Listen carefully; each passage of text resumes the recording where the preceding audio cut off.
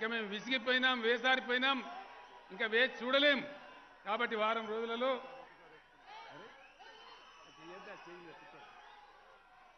తప్పకుండా జీవో విడుదల చేసేస్తాం. దాన్ని అమలు చేపిస్తావా, నీ గౌరవం కాపాడుకుంటావా, లేకపోతే దాన్నే నీ ఉరితాడు చేసుకుంటావా ఆలోచించుకోమని నేను మనవి చేస్తా ఉన్నాను. కూర్చోవాలి.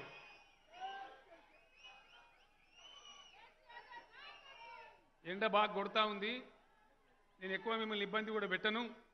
ఎందుకంటే సగం మంది ఇంకా సభకు చేరుకోనలేదు, ఇంకా బస్సులలో ఉన్నారు. ట్రాఫిక్ ఎక్కువైపోయి బస్సులు మంది ఎక్కువ వచ్చిండ్రు. ఎక్కువ కూడా నేను మిమ్మల్ని ఇబ్బంది పెట్టను. నేను ఒక్కటే మాట మీతను కోరుతా ఉన్నా. ఇట్లా ఎన్నో సమస్యలు ఈ దేశంలో విపరీతమైన భగవంతుడు ఇచ్చిన ప్రకృతి సంపద ఉన్నది. నదులలో నీళ్లు ఉన్నాయి. ఇవ్వాలనుకుంటే పుష్కలంగా ఇవ్వగలిగే కరెంటు ఉన్నది. 7 ఏళ్ల కింద కరెంటు మన బతికెట్లుండే, కరెంట్ ఎప్పుడు వస్తుందో ఎప్పుడు పోతుందో భగవంతుని తెలిసిన పరిస్థితి. ఇలా కష్టపడ్డాం, చేసుకున్నాం, మన చేతిలో ఉంది కాబట్టి ఇలా మనం చేసుకున్నాం.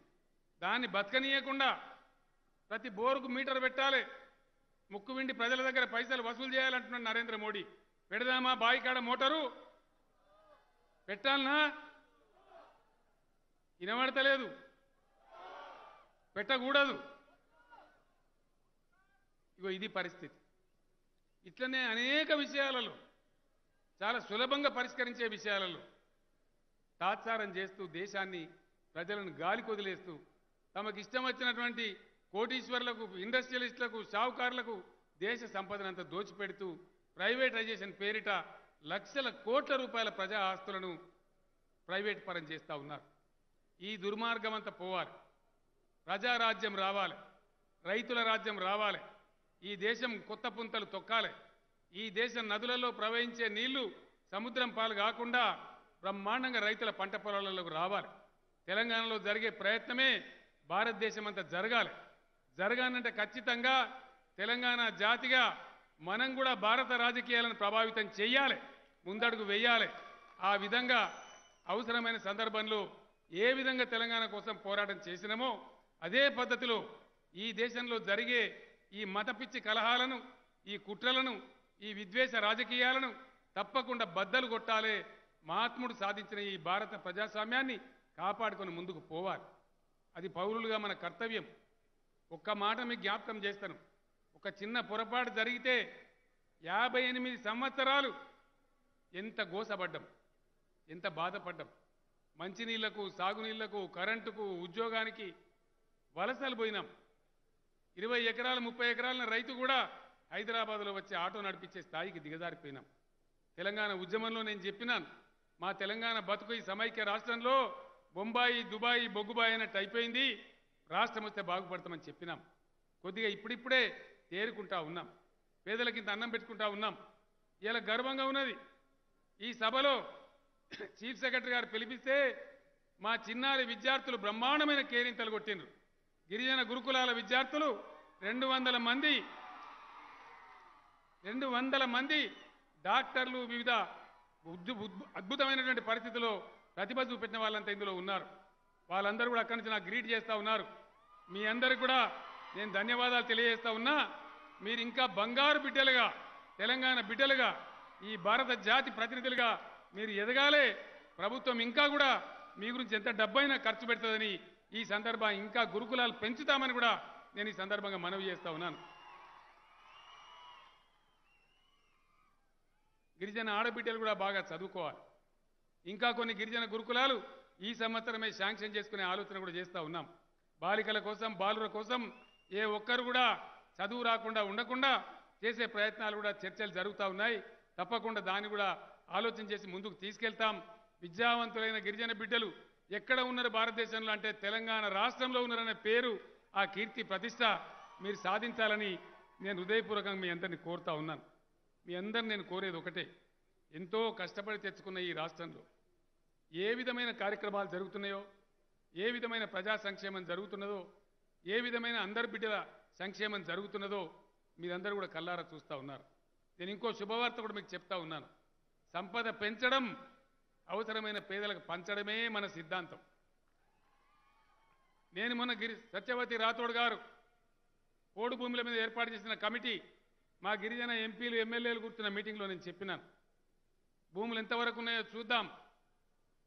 పోడు భూములు వంచిన తర్వాత అస్సలు భూమి లేకుండా ఉన్న గిరిజన లెవెల్లో చూద్దాం. ఆ లిస్ట్ ఒకసారి మనకు వస్తే చీఫ్ సెక్రటరీ గారికి తెప్పేయమని అడిగినాం. ఒకసారి మన చేతికి వస్తే ఏదైతే దళిత బంధు ఇంటికి 10 లక్షలు ఇచ్చి ఆదుకుంటా ఉన్నామో గిరిజన బంధు కూడా స్టార్ట్ చేయబోతామని మనవి చేస్తా ఉన్నా.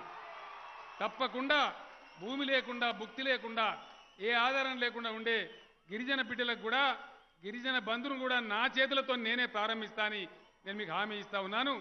వెసులుబాటు చూసుకొని ఆ కార్యక్రమం కూడా చేపడతామని సందర్భంగా నేను తెలియజేస్తా ఉన్నా.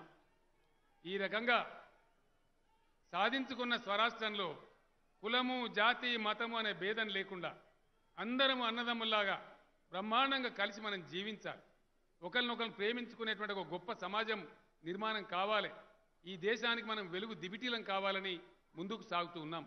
కఠోరమైన దీక్షతోని క్రమశిక్షణతోని అవినీతి రహితంగా ప్రభుత్వాన్ని నడుపుకుంటూ అన్ని రంగాలను ప్రోత్సహిస్తూ ముందుకు కదిలిపోతా ఉన్నాం. మీ అందరి ఆశీర్వచనంతో రాష్ట్ర ప్రభుత్వం చేపట్టిన పాలసీలు విజయవంతమై పారిశ్రామిక రంగం, ఐటీ రంగం, ఉద్యోగ కల్పన రంగం, వ్యవసాయ రంగం దేశంలోనే అగ్రగామిగా మనం ముందుకు పోతూ ఉన్నాం. 24 గంటలు కరెంటు అందరికీ ఇచ్చే ఒకే ఒక రాష్ట్రంగా మనం వెలుగొందుతూ ఉన్నాం. ఈ తెలంగాణ సమాజం యొక్క ఐక్యత, ప్రగతి, ఈ ప్రగతి పరుగులు ఎట్టి పరిస్థితులలో ఆగిపోవద్దు. మనం ఈ దుర్మార్గులు, నీచ రాజకీయ నాయకులు వాళ్ళ సంకుచిత స్వార్థం కోసం చెలరేగగొట్టేటువంటి మతపిచ్చి కనుక మనకు అంటుకుంటే మనం ఎటుగాకుండా పోతాం. మీ బిడ్డగా తెలంగాణ సాధించిన వ్యక్తిగా ఈ గడ్డ మట్టిలో పుట్టినవాడిగా మీ అందరికీ నేను చేతులెత్తి దండం పెట్టి చెప్తా ఉన్నా. ఎట్టి పరిస్థితులలో తెలంగాణ మళ్ళీ కల్లోలానికి గురి కావద్దు, కానియ్యవద్దు. విద్యావంతులు, మేధావులు, బుద్ధిజీవులు ఎక్కడికక్కడ ప్రజలను అప్రమత్తం చేసి సమాజానికి కాపలాదారులుగా ఉండాలి. ఈ సమాజాన్ని శాంతి సుఖంతోని సర్వమానవ సౌభ్రాతృత్వంతో బ్రహ్మాండంగా పురోగమించే దిశగా తీసుకుపోయే దానిలో నా చివరి రక్తం పొట్టు వరకు నేను పోరాటం చేస్తాను, ప్రజల పక్షాన ఉంటాను. బుద్ధిజీవులందరూ కూడా దయచేసి బ్రహ్మాండంగా మనం ముందుకు పోవాలి. తాడిత పీడిత ప్రజల కోసం, ఈ దేశంలోని యావత్తు అణచివేయబడ్డ జాతుల కోసం తన జీవితాన్ని దారబోసినటువంటి మహనీయుడు డాక్టర్ బిఆర్ అంబేద్కర్. అటువంటి అంబేద్కర్ గారిని సమున్నతంగా గౌరవించే విధంగా తెలంగాణ ప్రధాన పరిపాలనా భవనమైనటువంటి అద్భుతంగా నిర్మాణమవుతున్నటువంటి మన సెక్రటేరియట్కు, మన సచివాలయానికే డాక్టర్ అంబేద్కర్ గారి పేరును కూడా పెట్టుకున్నామని చెప్పి ఈ సందర్భంగా నేను మనవి చేస్తా ఉన్నా. ఈ రకంగా అన్ని వర్గాలను గౌరవించుకుంటూ అందరం కలిసి ఆనందంగా, సంతోషంగా అన్ని సంస్కృతులను, అన్ని పండగలను, అన్ని జాతరలను గొప్పగా నిర్వహించుకుంటూ ఆడుతూ పాడుతూ ఈ సమాజం శాంతియుతంగా ముందుకు సాగాలే. అదే నా గుండెల నిండా ఉన్న కోరిక. నాకు వేరే ఇంకేం కోరికలు లేవు. ఆ రకంగా నాకు శక్తి వంచన లేకుండా దేవుడిచ్చిన శక్తిని వినియోగించి మీ సేవలో తప్పకుండా ఈ రాష్ట్రంలోని ప్రతి వ్యక్తి యొక్క అభ్యుదయం గురించి పనిచేస్తానని మనవి చేస్తూ, ఇంత పెద్ద సంఖ్యలో మీరందరూ రాష్ట్రం నలుమూలల నుంచి వచ్చేసి మమ్మల్ని దీవించినందుకు మీ అందరికీ కూడా పేరు పేరున ధన్యవాదాలు, రామ్ రామ్ తెలియజేస్తూ నేను విరమిస్తా ఉన్నా. జై హింద్, జై తెలంగాణ. హాయ్ ఫ్రెండ్స్, మా టుడే టుమారో యూట్యూబ్ ఛానల్ చూస్తున్నందుకు చాలా థ్యాంక్స్. మరిన్ని లేటెస్ట్ వీడియోస్ కోసం వెంటనే సబ్స్క్రైబ్ చేయండి. అలాగే ఈ బెల్ ని కూడా రింగ్ చేసేయండి. మా నోటిఫికేషన్స్ అన్ని మీ మొబైల్లో వస్తాయి. అలాగే మా వీడియోస్ మీకు నచ్చితే లైక్ చేయండి, షేర్ చేయండి, నచ్చకపోతే కామెంట్ చేయండి.